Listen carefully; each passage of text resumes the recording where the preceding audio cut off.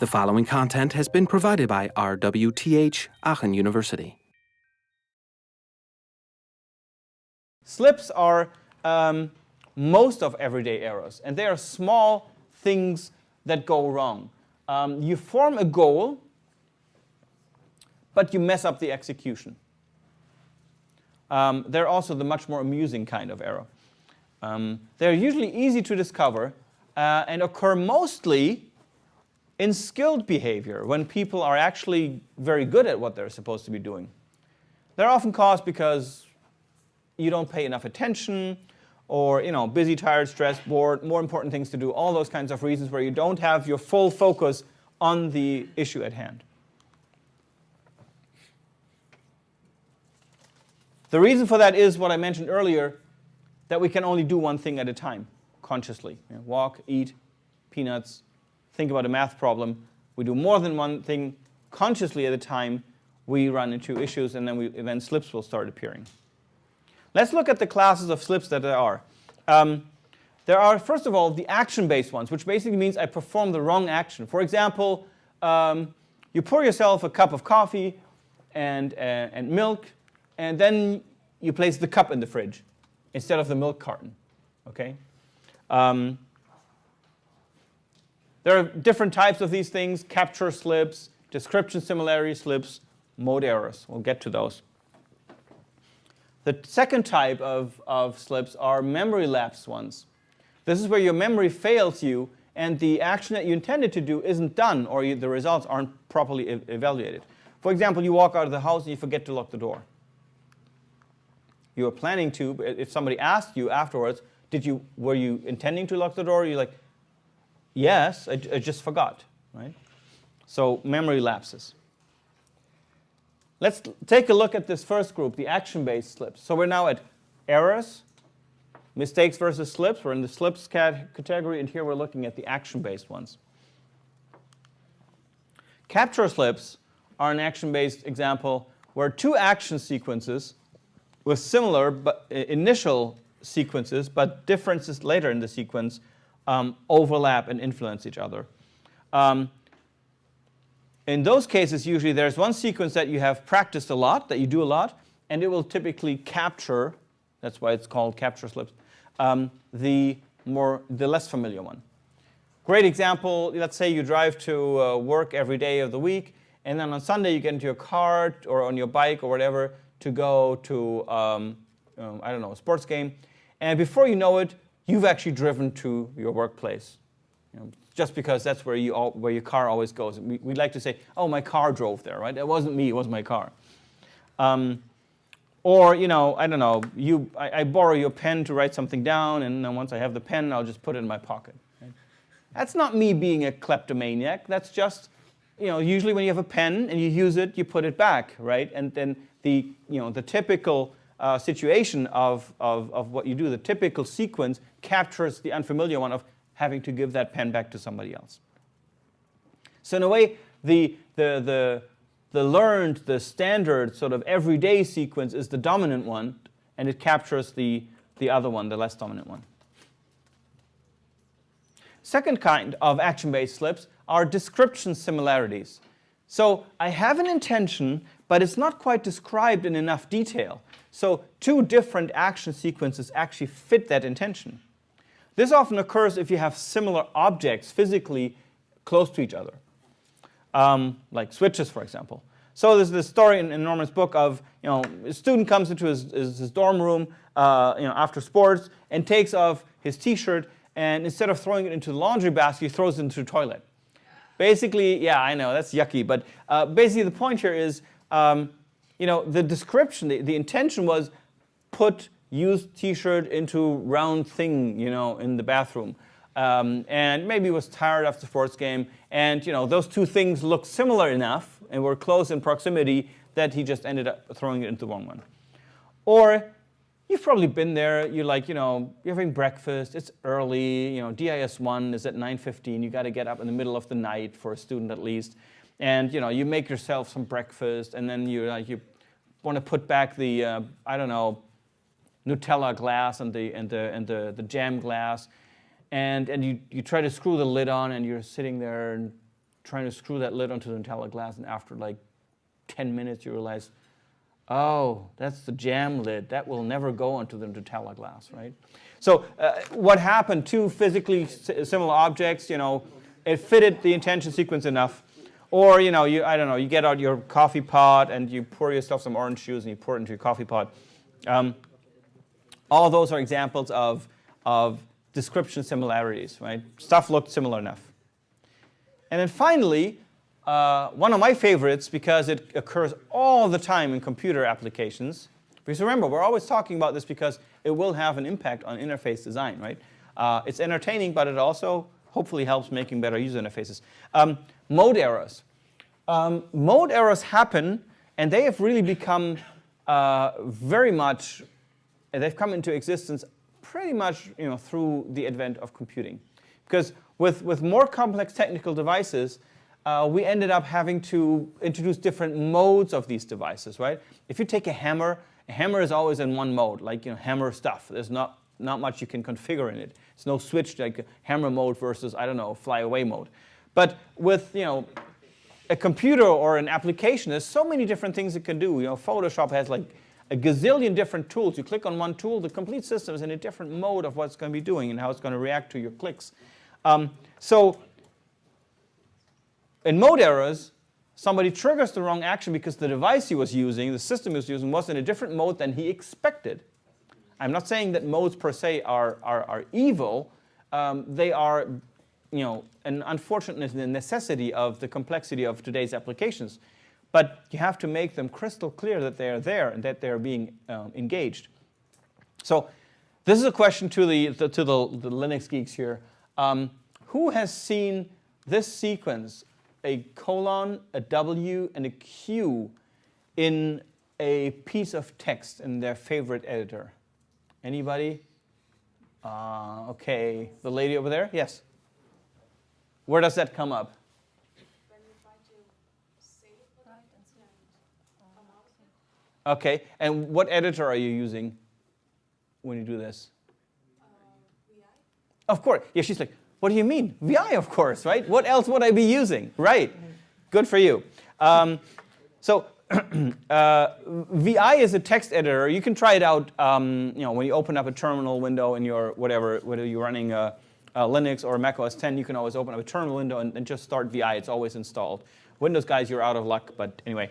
You can probably install it still. So it's basically an editor where you, in order to type something, you actually have to enter the mode to add to enter text. Right? Normally this thing isn't, when you start typing, it won't be typing text. You first have to press the I key for insert mode to start inserting text into the text editor. It's very strange. And then what often happens is, in order to get out of that mode, you have to hit the escape key. And then you're back in command mode. So when you when you press individual keyboard buttons, it will interpret it as commands. And in that case, you press a colon to get into the sort of, basic menu mode, if you want. And then you enter a command like W for writing the file to disk, and Q for quitting the editor. So colon WQ is the typical sequence to save a file and quit the VI text editor. But it only works when you're in command mode. And if you forget to go out of the insert mode, where you are adding text to your file, and you didn't press the escape key, then these characters, colon WQ, will just end up as characters in your text file. Another example, would be when you take Photoshop and you try to select an object, but you suddenly draw a line because you forgot to switch from the line tool back to the selection tool. Of course, there is an indicator with Photoshop where the cursor changes based on the tool that you've picked, but sometimes that's not enough to see, and then mode errors happen. Probably the most prominent problem in many software interfaces. Here's an example. You install, I don't know whether you guys remember this, there used to be a system called Flash back in the days. And when you were installing that in the early 1800s, I think, then you would have to basically enter your password, of course, like with all these kinds of applications. And here, this little indicator tells you, watch out, your caps lock key is on. Caps lock is a fantastic example of a mode, right? because it basically, while the caps lock key is on your system, is in a different mode, key presses will mean something else. It's different from the shift key. The shift key is something you need to hold down in order to move to a different mode. But you're not going to forget about holding down that shift key. It's hard to forget that you're holding down a key. But it's easy to forget that you used to press the caps lock key at one point in the past, and that now the system is in a different mode. Okay.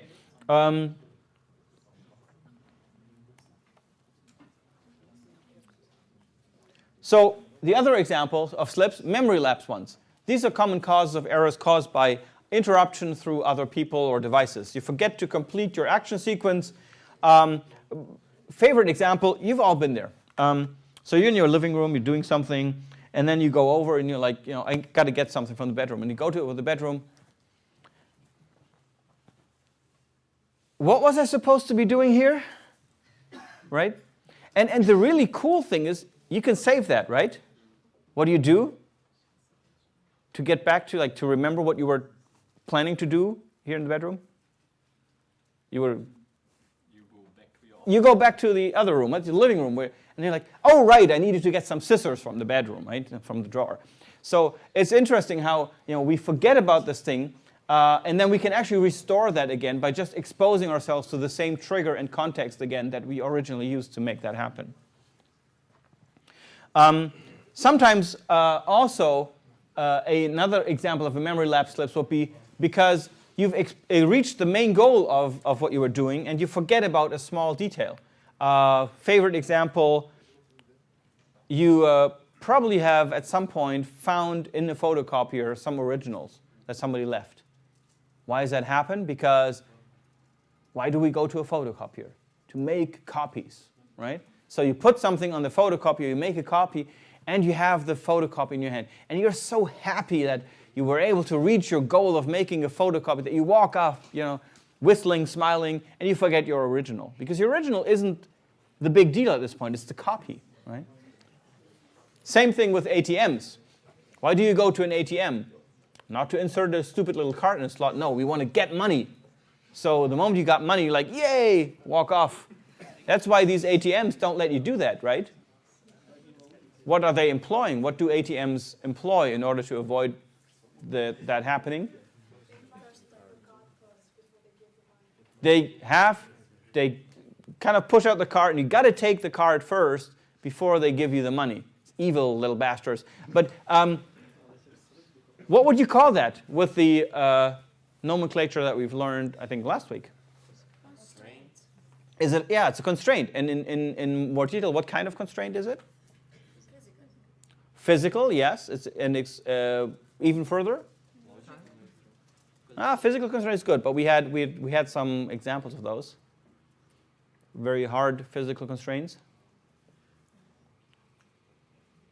like the kitchen and forcing functions or interlocks, right? It's basically an interlock. It's making sure that a sequence is kept. It's like the microwave oven that you open. So the interlock makes sure that you got to physically remove the card before the money comes out. There's no way to change that sequence. Right? Okay, so you can see how these designers use those principles in order to address the mistakes, the slips that people easily make. So you see how this is all starting to come together, hopefully.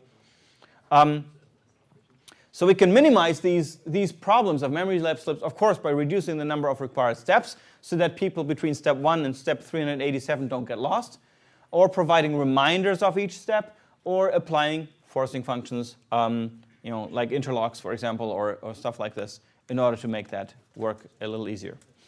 So, quick exercise here. We're fast about this. I'd like you guys to think of a couple examples of slips that happen to you. And you can talk about various types. Pick anything you like. Do this in groups of 2. Think about 3 examples, any of those types. We've listed them here, so it's easier to remember. Go, go, go. You've got 3 minutes. Okay, let's hear a few examples.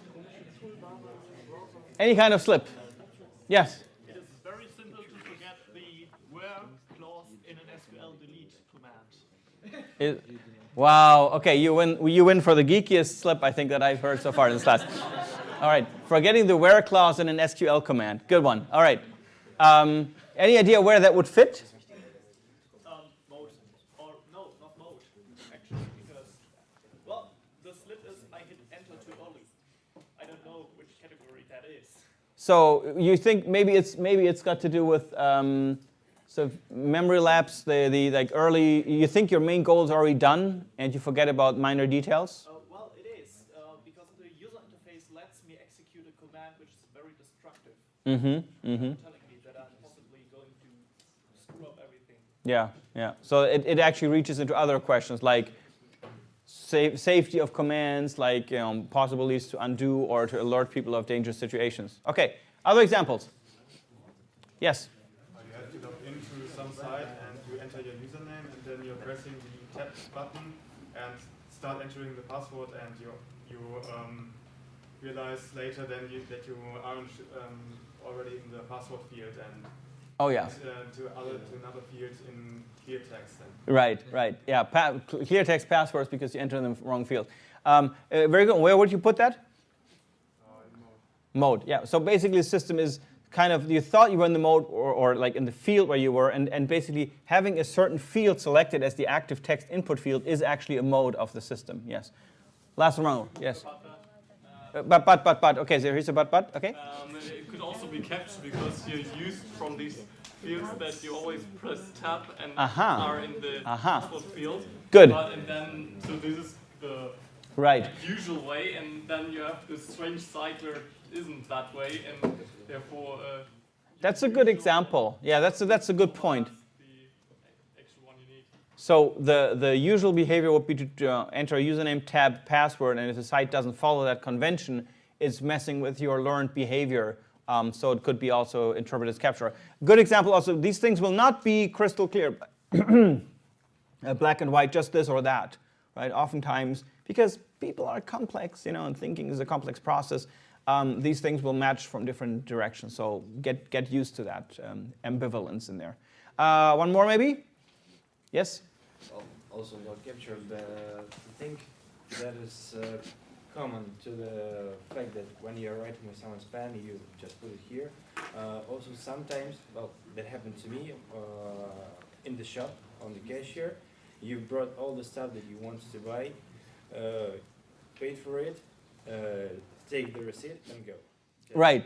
Forget your shopping goods, actually. Yeah, just because you were thinking about if you get enough money for this, you've planning for pay for this. Yeah. Paid, so yeah, you're done with this and you're gone. Yeah. So when the purchasing process, the paying and the card and the PIN and all that kind of stuff takes so much of your conscious thought, you forgot about actually taking the goods. I've been there. So yeah, this is a wonderful opportunity to tell embarrassing stories about yourself. So yeah, well, I think we'll continue looking at some more of those maybe in the lab.